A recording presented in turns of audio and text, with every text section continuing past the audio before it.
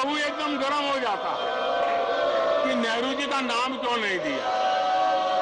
आदरणीय सभापति जी, मैं बहुत आश्चर्य होता है कि चलो भाई, हमसे कभी छूट जाता होगा नेहरू जी का नाम, और छूट जाता होगा हम ठीक भी कर लेंगे क्योंकि वो देश के पहले प्रधानमंत्री थे।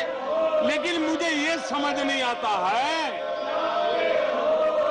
कि उनकी पीढ़ी का कोई व्यक्ति नेहरू सरनेम रखने से डरता क्यों है। क्या शर्मिंदगी है नेहरू सरनेम रखने से? क्या शर्मिंदगी है? इतना बड़ा महान व्यक्तित्व अगर आपको मंजूर नहीं है, परिवार को मंजूर नहीं है और हमारा हिसाब मांगते रहते हो। आदरणीय सभापति जी,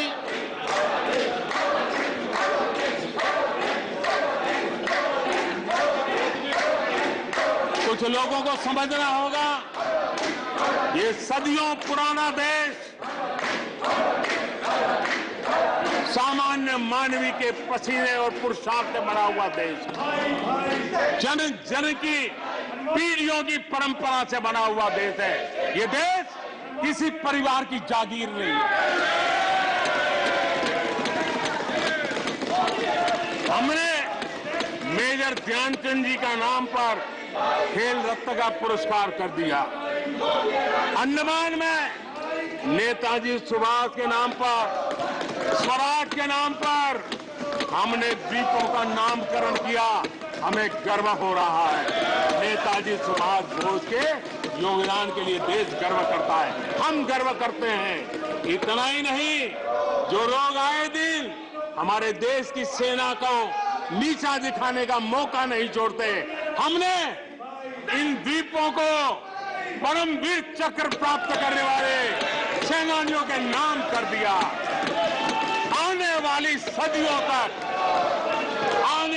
सदियों तक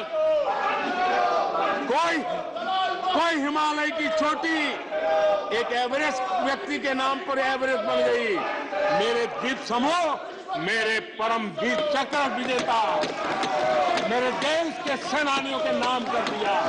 ये हमारी श्रद्धा है, ये हमारी भक्ति है और उसको लेकर के हम चलते हैं।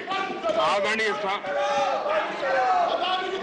और इससे आपको तकलीफ है और तकलीफ व्यक्त भी हो रही है। हर एक की तकलीफ व्यक्त करने के रास्ते अलग होंगे। हमारा रास्ता है सकारात्मक। कभी कभी अब ये सदन है, एक प्रकार से राज्यों का महात्मा है। हम पर ऐसे भी आरोप लगाए जाते हैं कि हम राज्यों को परेशान करते हैं। आदरणीय सभापति जी, मैं लंबे अरसे तक राज्य का मुख्यमंत्री रह करके आया हूं। फेडरलिज्म का क्या महत्व होता है वो भली भांति समझता हूं, उसको जी करके आया हूं और इसलिए हमने कोऑपरेटिव कॉम्पिटिटिव फेडरलिज्म पर बल दिया है। आओ हम पर्दा करें, हम आगे बढ़े, हम सहयोग करें, हम आगे बढ़े, उस दिशा में हम चले हैं। हमने हमारी नीतियों में नेशनल प्रोग्रेस का भी ध्यान रखा है और रीजनल एस्पिरेशन को भी एड्रेस किया है। National progress and regional aspiration, इसका परफेक्ट कॉम्बिनेशन हमारी नीतियों में दिखा है, क्योंकि हम सब मिलकर के 2047 तक एक विकसित भारत का सपना पूरा करने के लिए चल पड़े हैं। लेकिन जो लोग आज विपक्ष में बैठे हैं, उन्होंने तो राज्यों के अधिकारों की धज्जियां उड़ा दी। जरा मैं कच्चा चिट्ठा आज खोलना चाहता हूं।